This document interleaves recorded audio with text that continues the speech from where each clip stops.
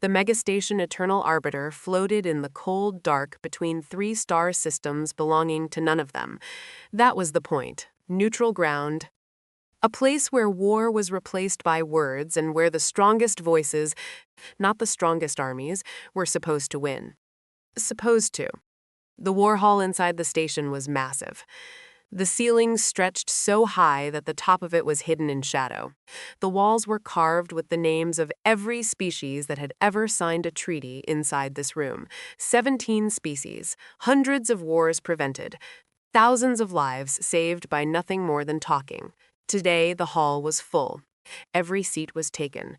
Alien delegates in robes, armor, and formal uniforms filled the curved rows of seats that surrounded the central floor. Some had 4 eyes, some had none. Some breathed through membranes on the sides of their necks. Some were so large that special reinforced chairs had been built for them. They were all different, but right now they were all watching the same thing. The human delegation had arrived. There were 3 of them. 2 were sissy insistents carrying data tablets and wearing nervous expressions. The 3rd was Commander Ethan Rourke. He walked slowly, not because he was afraid, but because he had no reason to rush. He was a man of average height with short brown hair that had started going gray at the temples. He wore a plain, dark diplomatic coat, no medals, no decorations, no weapon at his hip. His hands were at his sides. His face was calm and still like a man waiting for a train. He looked, to most of the aliens watching, like the least dangerous person in the room. Princess Seraphine Valdora was already standing near the center floor when he arrived. She was Valdorian, tall and pale-skinned, with silver markings along her jaw that meant she was of royal blood. Her people were one of the oldest in the Conclave, proud, careful, elegant in everything they did. She had been assigned as Rourke's diplomatic liaison for the session, which she considered an insult to her rank, but had accepted without showing it. She looked at Rourke the way someone looks at a stray animal that has wandered into a formal dinner. "Commander Rourke," she said, her voice polite and cool, "you are on time. That is encouraging." "I try to be," he said. She studied him for a moment. His eyes were a pale brown. They moved around the room slowly and carefully, taking in the exits, the seating arrangement, the positioning of the security guards. She noticed this, but did not understand it. She thought he was nervous. She was wrong. The session began. The dispute was between 2 factions, the Valdorian Empire, represented by Princess Seraphine, and the CRE Dominion. The CRE were a warrior species, broad and heavily built, with thick, ridged armor-like skin that was dark red and gray. They had been expanding their territory for the past 2 decades, pressing against the edges of Valdorian space. The Conclave had called this session to settle the matter peacefully. The CRE had other ideas. Their lead delegate was a warlord named Goreth. He stood in the center of the floor and spoke loudly, and his voice bounced off every wall in the hall.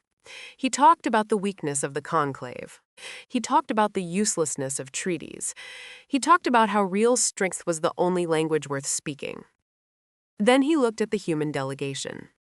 "And now," Goreth said, his translator device rendering his words into flat, clear standard speech, "the Conclave has invited these creatures, these humans, small, short-lived. They have been in space for less than 200 of their years. They have no empire, no ancient bloodline, no history of war worth mentioning." He paused. "Why are they here? What do they offer?" "Nothing. They are children who have wandered into a room full of adults." Some delegates shifted uncomfortably. Some watched Rourke for a reaction. Rourke's expression did not change. Goreth pressed further. He stepped toward the human delegation and pointed at Rourke directly. "This one, their representative, he wears no weapon. He has brought no soldier. He stands here in soft clothes and expects to sit at the table with powers that have shaped the galaxy for 1,000 years. Goreth's wide mouth curled. "Humanity has no place in this conclave, and I will prove it." He reached into his coat and withdrew a formal combat token, a flat disc of black metal. He placed it on the floor between himself and Rourke. The room went very quiet. Everyone knew what the token meant. Trial by combat, an ancient tradition in Conclave law, rarely invoked, but never abolished. Any delegate could challenge another to settle a dispute through personal combat. If Rourke refused, the human delegation would be formally removed from the Conclave session. Humanity's seat at the table, the seat they had worked for years to earn, would be gone. Seraphine stepped forward immediately. "This is necessary," she said sharply. "The CRE Dominion is using ceremony as a weapon. The Conclave should honor its own laws." Goreth interrupted, spreading his arms wide toward the watching delegates. "Or do Valdorian princesses now speak for the humans, too? Are they so weak they need someone else to refuse for them?" Seraphine turned to Rourke, lowering her voice. "Do not accept. You cannot fight him. We will find another way. I will negotiate an exception. There are procedures." "How long will that take?" Rourke asked quietly. "Days, perhaps longer, and during those days, humanity's position here." She said nothing. They both knew the answer. Uncertain, vulnerable, easily undermined. Rourke looked at the combat token on the floor. Then he looked at Goreth. Then he bent down, picked up the token, and held it in his hand. The hall erupted. Delegates rose from their seats. Some shouted in their own languages. Some called for order. The noise rolled through the room like a wave. Seraphine grabbed Rourke's arm with both hands and pulled him half a step toward her. "Are you insane?" she said. The coolness in her voice was completely gone. "Their champion has killed 32 opponents in this ring. 32. He is 300 years old. He has been trained in combat since before your species had space travel. You are a diplomat." Rourke looked at her hand on his arm. Then he looked at her face. She was genuinely alarmed. She was not performing concern for the cameras. She actually did not want him to die. He found that somewhat touching. "Yes," he said simply. "I am." She stared at him. That is not a reassuring answer. It wasn't meant to be a reassuring answer. It was the only true one. He gently removed her hand from his arm and stepped forward to the center of the floor. He placed the combat token back down in front of Goreth, the formal acceptance gesture. The hall slowly fell into a stunned, crackling silence. Goreth looked down at the token, then up at Rourke. Something moved through the warlord's eyes. Not excitement, not respect. Something much simpler. He was already thinking about how quick this was going to be. He was already deciding, without meaning to, that this was over. That small assumption, in a room full of experienced warriors and diplomats, went completely unnoticed by almost everyone. Almost. The old Valdorian general in the upper seats, High Marshal Draven Valkus, who had fought in 11 wars and survived every single one of them, had been watching Rourke since the moment the human walked through the door. He had watched the eyes move around the room. He had watched the hands stay still. He had watched the face stay empty and calm, even when Goreth pointed and insulted and provoked. Now he watched Rourke accept the challenge with the quiet simplicity of a man agreeing to a meeting. Draven Valkus said nothing. He folded his large hands in his lap and watched, and for the first time in many years, he felt something he had not expected to feel in a diplomatic hall. He felt uneasy. The combat ring was on the lower deck of the Eternal Arbiter, directly beneath the war hall. It was a wide, circular space, roughly 40 meters across, with a smooth stone floor and walls that curved up gently at the edges.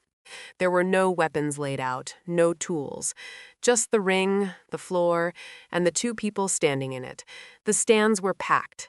Word had spread through the station fast. The humans had accepted a combat challenge. Every delegate, every assistant, every station worker who could find a reason to be near the observation levels was there. The ring was being broadcast live across all Conclave communication channels. 17 species watched from the seats. Hundreds of thousands more watched from screens across the station and on ships nearby. Seraphine sat in the front row of the stands, her hands folded tightly in her lap. She had tried twice more to stop this. She had spoken to 3 different Conclave officials. She had cited 4 procedural codes. None of it had worked. The challenge had been accepted. The token had been placed. The law was the law. Now she sat and waited and tried very hard to prepare herself for something she did not want to see. Goreth entered the ring from the far side. He wore no armor. He did not need it.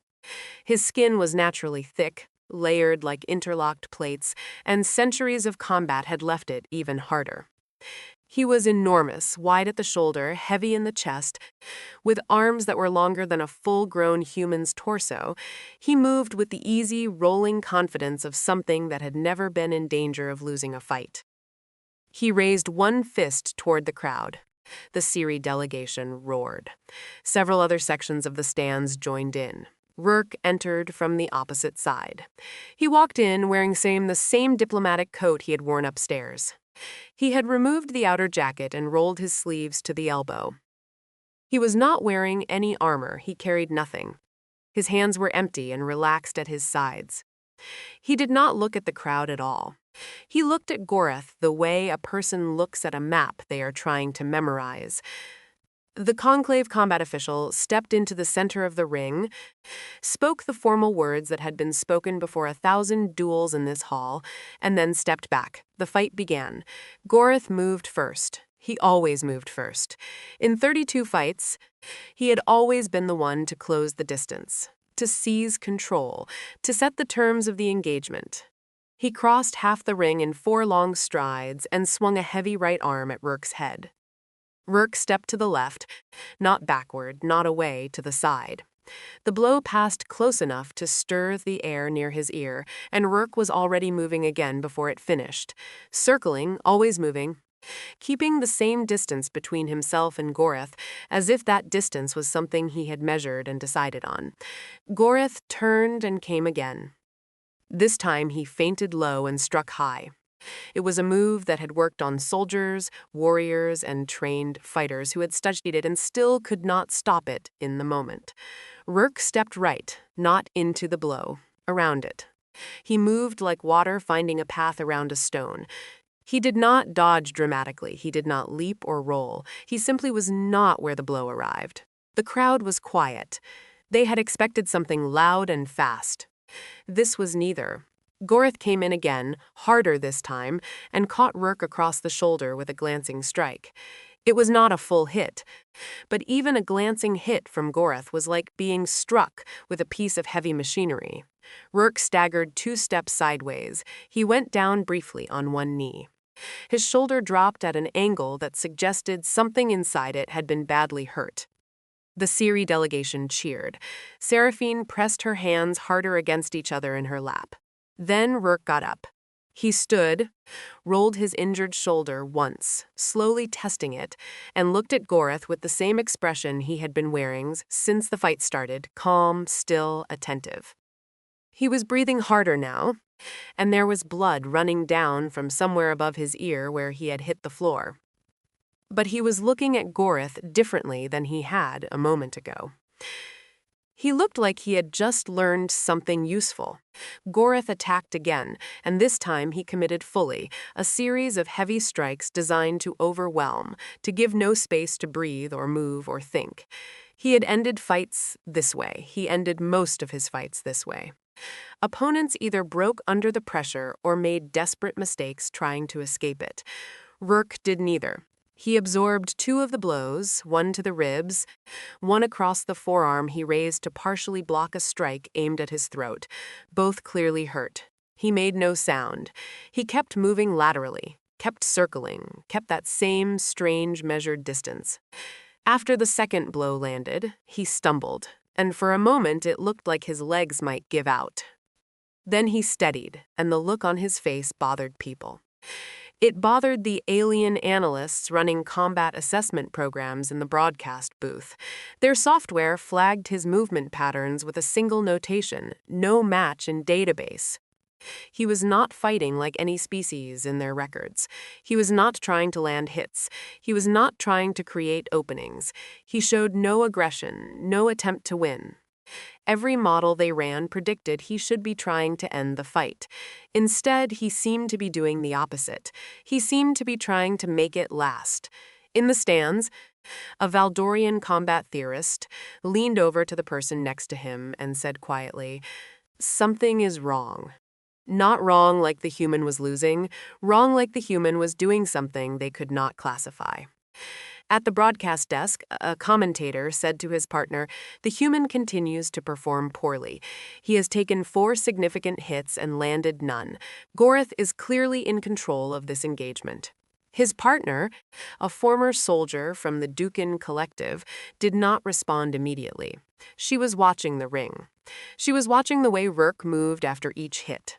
She was watching where he moved, not randomly, not away from Goreth, but always sideways, always slightly different from the last time, like he was testing different angles. She finally said, "He is not performing poorly. He is performing very deliberately." Her partner looked at her. "He is losing." She kept her eyes on the ring. "Yes," she said slowly. "I think that is the point." Down in the front row, Seraphine had stopped looking at Rourke. She had started watching Goreth, and she noticed something that made her stomach drop. Goreth was frustrated. She had watched Goreth fight before, in recordings and in person. She knew his face when he was in control. She knew his face when a fight was going the way he expected. This was not that face. His jaw was tight. His strikes were coming slightly faster than his usual measured pace. He was pressing when he did not need to press. He was attacking with more force than the situation required. He was reacting. The human was not leading this fight. He was not winning it. But somehow, without throwing a single punch, he was making Goreth react, pulling the Warlord forward, directing his movement, causing him to commit energy and attention and focus to a shape of fight that someone else had quietly, invisibly decided on. She stood up slowly from her seat. Around her, the crowd noise continued. People called out for Goreth to finish it. People discussed the human's poor showing. People placed bets on how many more minutes this would last. Seraphine stood with her hands at her sides and felt something cold walk through her. She had grown up among soldiers. She had trained with the best fighters in Valdorian history. She knew the difference between someone who was losing a fight and someone who was doing something else entirely, and she began, slowly and with great horror, to understand what she was watching. She sat back down. She said nothing to anyone. She folded her hands in her lap again and stared at the ring with wide, still eyes. She waited. She was not sure she wanted to see what came next. 14 minutes had passed.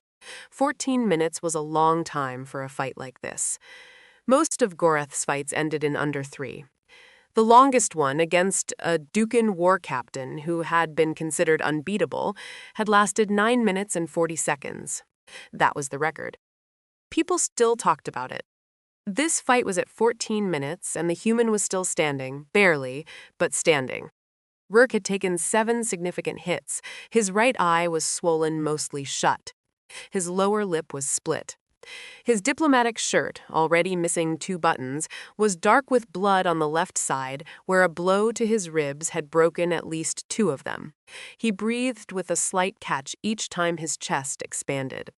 Every step he took on his right leg was a little less steady than the last. He was still moving, still circling, still watching. Goreth was breathing harder than he should have been.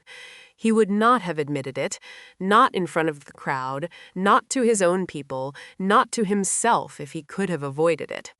But his breathing was louder. His strikes were taking a half-second longer to load. His left side, the side he favored when he was tired, was rotating a few degrees more open than it should have been. He was not exhausted, but something was happening to him that was harder to name than exhaustion. He felt like he was not alone in making decisions about this fight. He kept attacking the human, kept hitting him, kept driving him back, kept thinking the next hit would end it, and the human kept not ending. kept getting up, kept circling back to the same side, kept looking at him with that single half-open eye and that completely unreadable expression. Goreth had fought beings who screamed when they were hurt, beings who cried, beings who begged, beings who went silent with fury. The human just watched him. Every time Goreth landed a blow and the human staggered, Goreth felt a half-second of relief, and then the human steadied, and the watching started again, and the relief evaporated. It was deeply, profoundly unsettling. In the broadcast booth, the analysts had gone quiet. The software had stopped trying to classify Rourke's movement pattern and had simply flagged the entire engagement as outside reference parameters. The commentators had run out of things to say that made sense. One of them was still describing the fight as a slow defeat for the human. The other had stopped agreeing with him 4 minutes ago and had said nothing since. In the crowd, the noise had changed. It had started as cheering. Then it became curious. Now it was something between tension and confusion. Nobody clearly losing, but the feeling in the room was not the feeling of watching someone lose. It was the feeling of watching something happen that no one had a name for yet. Seraphine was on her feet. She had stood up without noticing she had done it. She was staring at the ring with both hands pressed flat against her thighs.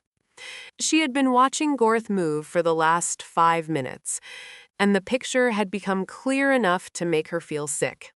Rourke had walked Goreth across the ring 4 times in the last 8 minutes. Always the same general shape. Draw him left, absorb a hit, drift right, absorb a hit, circle back, absorb a hit. Every time slightly different in the details, every time the same in the result. Goreth was now standing in the far left quarter of the ring, his back closer to the curved wall than to the center. His weight subtly shifted forward because he was tired of chasing something that would not stop moving. His left side was open. The wall behind him reduced his ability to step backward. His forward weight meant that a sharp change of direction would take him an extra half-second to correct. All of that had been built piece by piece, hit by hit, over 14 minutes. While looking like he was simply surviving, Rourke had assembled a specific set of conditions in a specific place in the ring. He had not been absorbing hits, he had been paying for information. Each blow he had let land, each one he could have done more to avoid, had bought him something. A weight shift confirmed, a reaction time measured, a preferred angle identified. He had been filling in a picture of exactly how Goreth moved, and exactly what he would do when he was tired and pressing and certain of victory. And now the picture was complete. Seraphine opened her mouth. "Stop!" she screamed. Her voice cut through the crowd noise like a blade. Heads turned. Delegates looked at her. She was standing in the front row, her silver Valdorian markings sharp against her pale face. One hand stretched out toward the ring. "Stop the fight," she shouted, and her voice carried the full weight of royal authority and genuine terror in equal measure. "Stop! The human isn't fighting anymore." She took a sharp breath. "He is hunting." The words hit the room the way a sudden silence hits a crowd. People stopped talking. The crowd noise dropped to almost nothing in the space of 2 seconds. Every eye in the stands moved to the ring, and in that sudden quiet, everyone saw it at the same time. The human was moving, not the careful, circling, damage-absorbing drift he had been doing for 14 minutes. He was moving with direction now, cutting across the ring at an angle that was sudden and fast, and nothing like anything he had shown for the entire fight. His injured leg hit the ground hard, and he pushed off it without hesitation. His swollen eye didn't matter. His broken ribs didn't matter. None of the damage mattered in this moment, because this moment was what all of it had been for. Goreth reacted. That was the problem. He reacted the way Rourke had spent 14 minutes teaching him to react. He shifted his weight left because that was the side Rourke had always come from in the late stages of each exchange. He raised his right arm because that was the arm he used to cover when he was pressed. He leaned forward slightly because he was tired, and his body was trying to meet the threat head-on. Rourke went right. He dropped his shoulder and changed his line completely in the last stride, a direction change so sharp that it should not have been possible from a man with broken ribs and a damaged leg. He came in low and to Goreth's right, inside the raised arm, inside the arc of any meaningful counterstrike. Goreth had nothing left in that position that could reach him in time. Rourke hit him once with his elbow against the joint, where Goreth's armored neck met the base of his skull. A spot Rourke had been measuring and watching for 14 minutes. The blow was not large. It did not need to be. It landed on the exact point where even thick alien armor had a gap, where even centuries of biological hardening left something vulnerable. Goreth's knees buckled.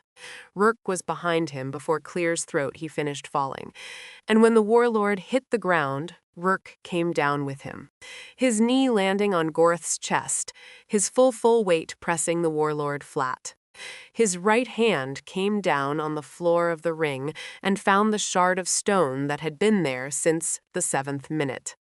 A small piece broken loose from the edge of the ring that Rourke had noticed, and not touched, and waited for the right position to use.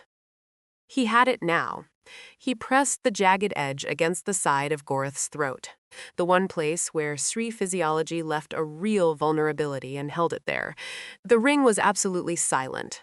Goreth lay on his back and stared up at the human on top of him, with the stone at his neck and the single half-open eye looking back down at him without anger, without triumph, without cruelty, just that steady, patient attention. Rourke looked up slowly from Goreth toward the CRE delegation in the stands. He held their gaze for a long moment. Then he spoke, and his voice was calm and clear and carried perfectly in the complete silence of the hall. Humanity accepts your surrender. He did not shout it. He did not need to. The words landed in the silence, like a stone dropped into still water, and the ripples went out in every direction. And for a very long time, nobody in that room said anything at all. The hours after the fight were loud everywhere except where Rourke was. Out in the station corridors, in the delegate lounges, in the broadcast rooms and communication centers and private quarters of every species represented on the Eternal Arbiter, the fight was the only topic. Every screen carried a replay. Every analyst had an opinion. Every delegation was sending urgent messages home. The CRE Dominion had formally conceded the combat challenge. Their lead delegate had spoken the required words in a voice completely stripped of its earlier arrogance. Goreth had been helped out of the ring by 2 of his own people, his head down, his enormous frame looking somehow smaller than it had an hour ago. He had not looked at Rourke as he left.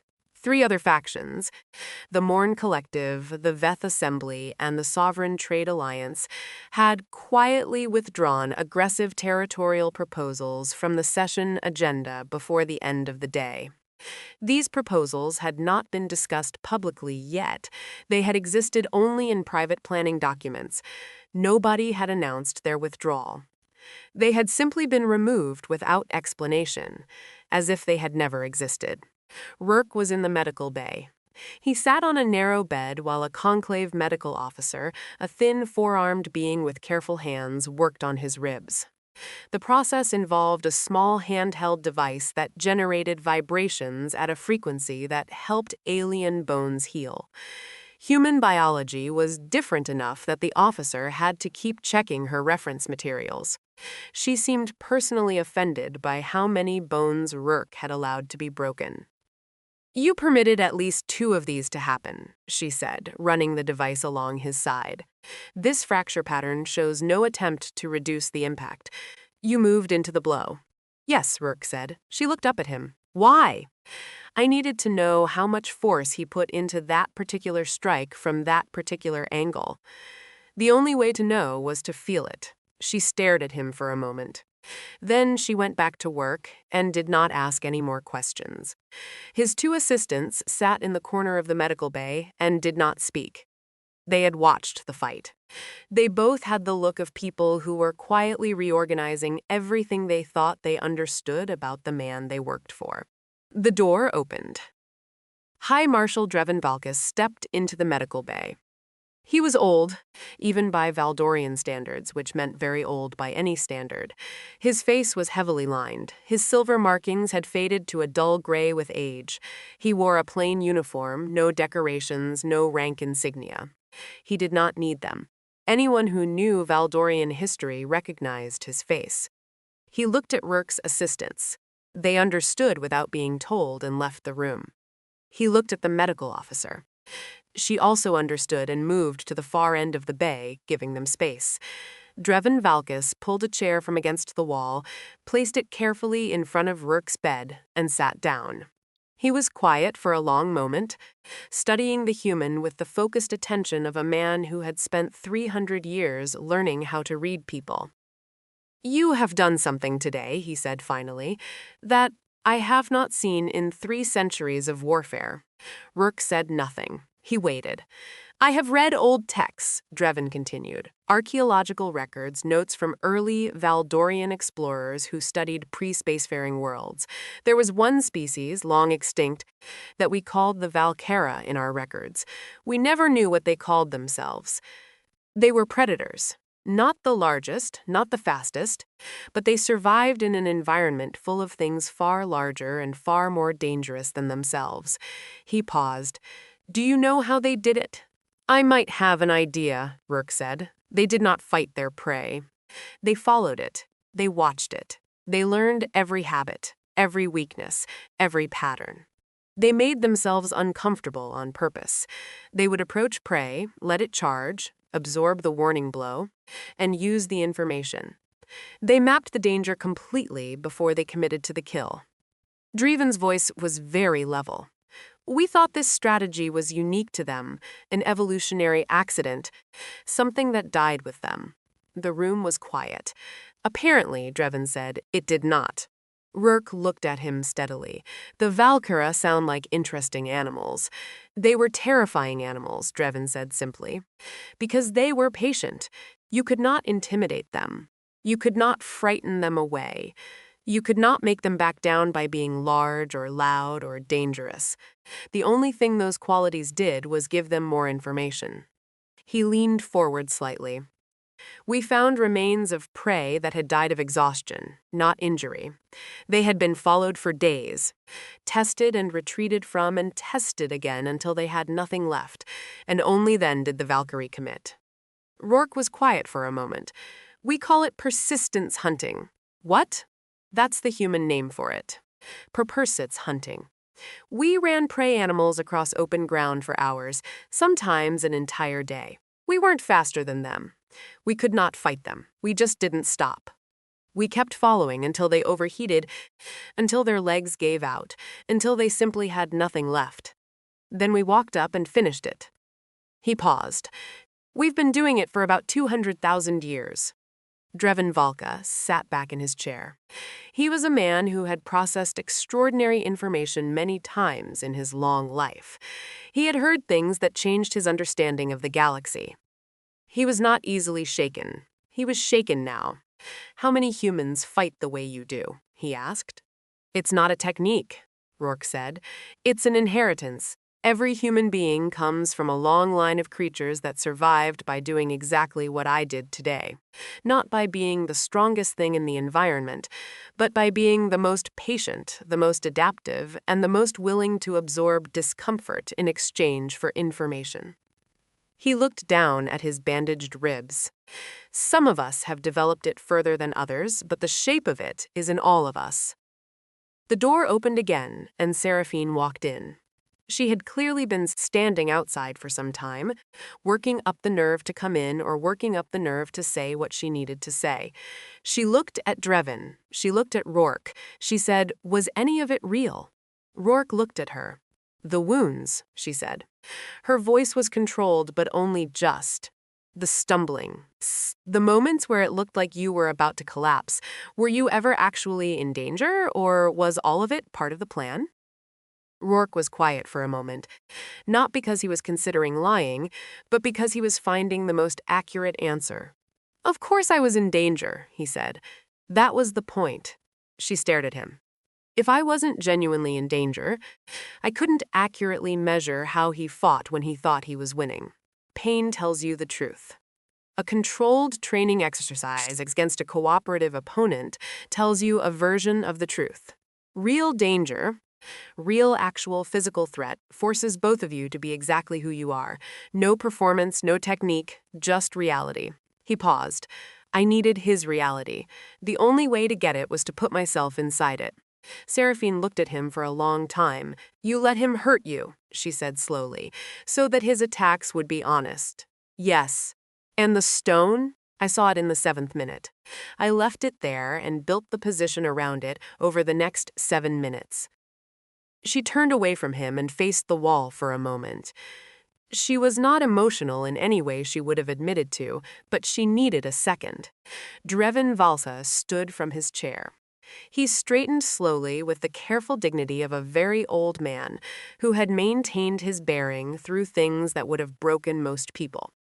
He turned to face Rourke. He brought his right fist up and pressed it flat against his chest over his heart.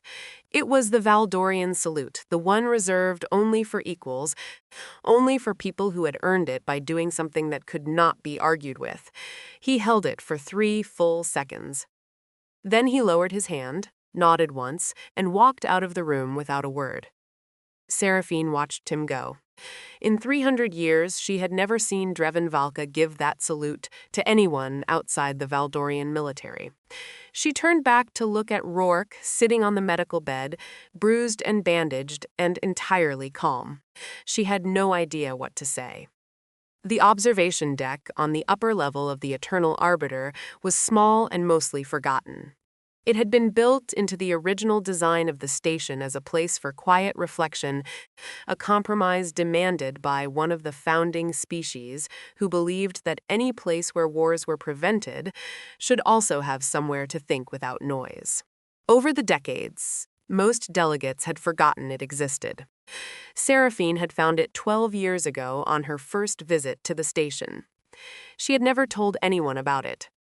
It was, to her knowledge, the only truly private place on a station built entirely around the presence of other people. She went there after leaving the medical bay.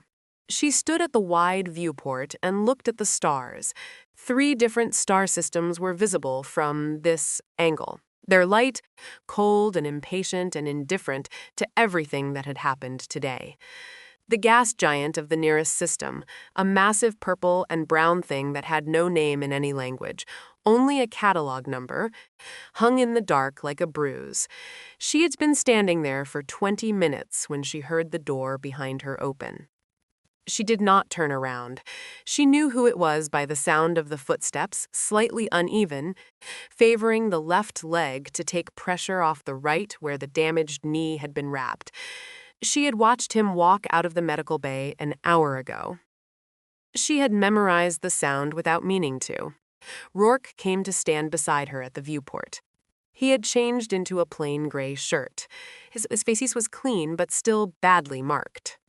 The swollen eye had come down slightly but remained mostly shut, and the cuts on his cheek and lip had been sealed with something the medical officer had applied. He moved carefully, one hand occasionally touching his wrapped ribs when he thought no one was watching. He looked out at the stars. Neither of them spoke for a while. The silence was not uncomfortable. It had the quality of 2 people who had run out of easy things to say and were not yet ready for the harder ones. Seraphine spoke first. "How many humans fight the way you do?" she asked. Rourke tilted his head slightly. It was the same question Drevin Valka had asked, though she did not know that. He gave it genuine thought before answering.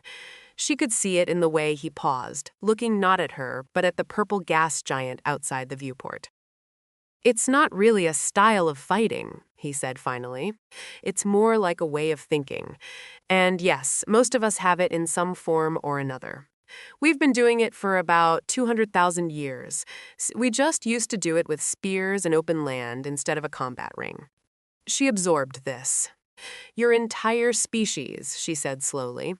"You evolved as persistence predators. You don't just fight conflicts. You pursue them. You absorb the damage and gather information and wait for the right moment. Across days, across years," she paused, "across generations. We're very good at not stopping." he agreed. That is a terrifying quality. It has its uses. She looked at him sideways. You say that very casually. It is what it is. We didn't choose how we evolved. We just ended up as the thing that outlasts everything else in the environment. And then we took that quality with us when we built cities and governments and ships. He was quiet for a moment. It causes problems sometimes. Humans are also very good at pursuing things that aren't worth pursuing. Grudges, bad ideas, conflicts that should have ended long ago. The same quality that makes us effective makes us difficult. You also write poetry, she said. It came out slightly strange. Not a question, not quite a statement. He looked at her. You said that this morning, she said. You said humans write poetry and cry at music and are good at apologizing. I have been thinking about that all day. It seems impossible that the same species does both things. Most things that are true seem impossible until you've seen enough of them, Rourke said. We contain multitudes. That's the phrase. It means we hold contradictions and somehow keep moving anyway. He looked back out at the stars. We are the species that ran prey animals to death across open ground for 200,000 years. And we are also the species that stopped to paint pictures of those animals on cave walls afterward. Both things are real. Both things are us. Seraphine was quiet. She was thinking about the cave paintings. She had not known about those. She filed it away next to everything else she had filed away today. A growing collection of things about humanity that did not fit the shape she had assumed they would fit. The Conclave is going to be afraid of you, she said. She meant it as an observation. It came out sounding almost like a warning. Rourke nodded slowly. Yes, not because of what you did today specifically, because of what it means. Because if a diplomat, a man sent here to talk and negotiate and sign papers, can do what you did today, then what does that say about your soldiers, your generals, your people who have been doing nothing but preparing for conflict their entire lives? It says something accurate, Rourke said. Are you not concerned? Being feared is not always the same as being safe. He thought about this seriously. Being feared can be a problem, yes, but being underestimated is worse. The CRAE Dominion did not come here today to negotiate. They came here to demonstrate that humanity was too weak to be worth negotiating with. If I had declined the challenge or lost, humanity's position in this conclave would have been used to quietly work against us for the next decade. Every concession, every treaty, every arrangement would have been built on the assumption that humans could be pressured. He paused. Now it won't be. No, she said. It won't. She looked back out at the stars, at human space, a relatively small and recent section of the galaxy, still growing, still finding its shape. She had spent the day thinking that she was watching humanity reveal what it was for the first time. She was beginning to understand that was not quite right. Humanity had always been this. What had happened today was simply that the rest of the galaxy had finally been in the same room when the mask slipped. You were going to lose, she said quietly. At several points, I genuinely believed you were going to lose. That was important, he said. If it looked like strategy from the beginning, Goreth would have changed his approach. The performance had to be real enough that he stayed committed to his assumptions, which meant I had to commit to mine. He touched his ribs briefly. Risk is not separate from the method. It is the method. She turned to face him fully. You walked in there today knowing you might not walk out. Yes, and you accepted that? Yes. For a seat at a table, she said, for humanity's position in a political council. He looked at her then, directly, with the calm brown eye and the swollen one, and she understood from the look that she had said it wrong. Not for a seat, he said, for what the seat means over the next 100 years. For every negotiation and every treaty and every small conflict that gets resolved without becoming a war because humanity was present and taken seriously. For the people who never have to fight because the right things were established here today. He paused. That seemed worth the cost. Seraphine looked at him for a long time. She thought about everything she had assumed when he had walked into the war hall that morning. The plain coat, the quiet manner, the lack of weapons or armor or anything that looked like strength. She had looked at him and seen someone who did not belong. She had been reading him the way prey reads a predator that does not look like one. She turned back to the viewport. The stars were the same as they had always been, cold, impatient, and impossibly far away. The Conclave will watch humanity very differently from today onward, she said. Good, Rourke said simply. He straightened slowly, careful with his ribs, and pulled his jacket back on. He looked around the small observation deck, taking in the space, the viewport, the view, with that same quiet attention he gave to everything. Thank you for this place, he said. It's a good spot to think. She did not ask him how he had known it was hers. He walked to the door, opened it, and went back inside. Seraphine stayed at the viewport. She stayed there for a long time, looking out at the stars, at the dark between them, and at humanity's small, growing piece of it. She thought about persistence, about patience, about the quality of not stopping, of following something across open ground for days and days until it had nothing left. She thought about a species that had carried that quality from caves and open plains all the way up through the dark between worlds. And she thought, not for the first time, but more clearly than ever before, that the galaxy had not yet understood what it had let in from the cold. She thought it might take a very long time to understand. She thought that might already be too late.